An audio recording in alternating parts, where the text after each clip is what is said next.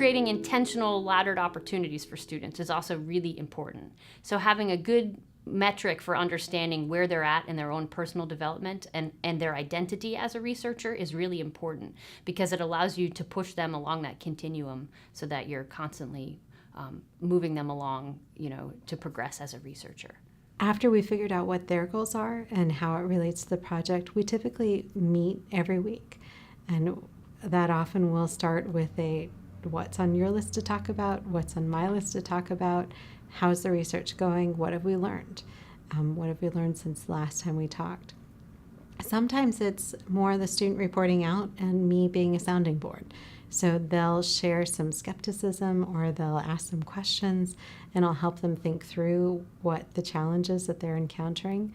Sometimes we're actually sitting side by side working something out together. What I do with my students in terms of scaffolding the skills that they'll need to undertake authentic research is to really introduce them, first of all, to a model in which we engage in my research methods class, and the textbook we use is my own book.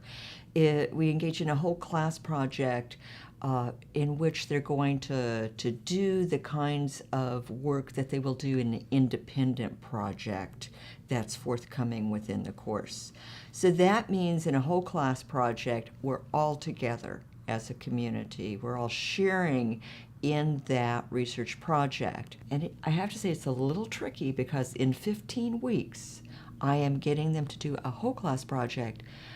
By week 2, I've already got them in my office individually talking to me about their top 3 ideas for research projects that they want to do. So we hit the ground running. But they have that toolkit, they've practiced it in a comfortable whole class setting before they embark on their individual projects.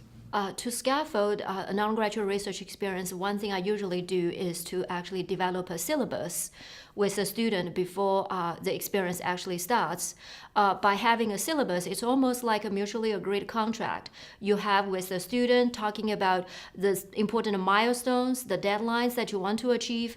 And especially, I think for a lot of the students, they probably would not actually think about the publication opportunities or conference opportunities that they wanted to actually build into as part of their undergraduate research experience.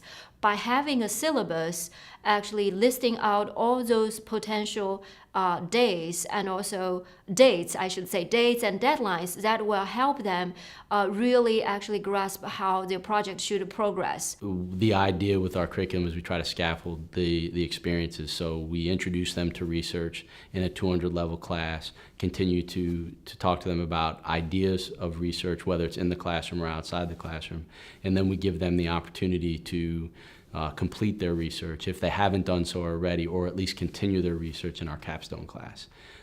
It's kind of that idea of finishing something that they started, which we think is, again, it's very important that they have ownership and conclusion of their projects. And then it also gives them, quite honestly, something to discuss as they transition outside or out of Elon. Their next phase in life is to be able to show employers that they were curious about something, that they followed through on they had a question and they followed through on trying to identify an answer. In some cases, they critically thought about the topic, and then they followed through on a scientific process to identify results. And when they can talk about that with an employer, in our mind, that's incredibly impressive.